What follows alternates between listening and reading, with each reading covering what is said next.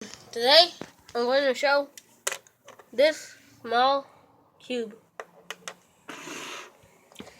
So, it turns very good, pretty good.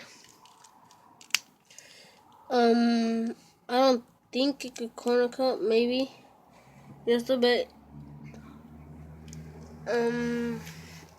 It breaks easily.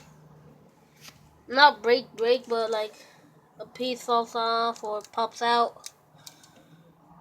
If you're going real fast and a piece not in its place, it might pop out.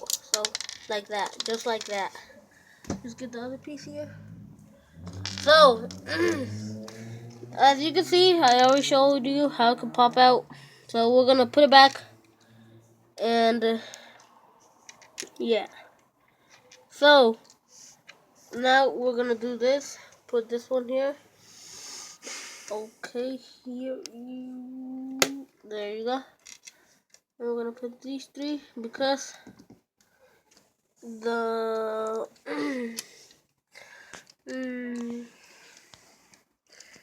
put this here. We're gonna put this here, and yeah, it's a very small, lightweight. I recommend it for your collection. It's very cool, and that's all. Thanks for watching.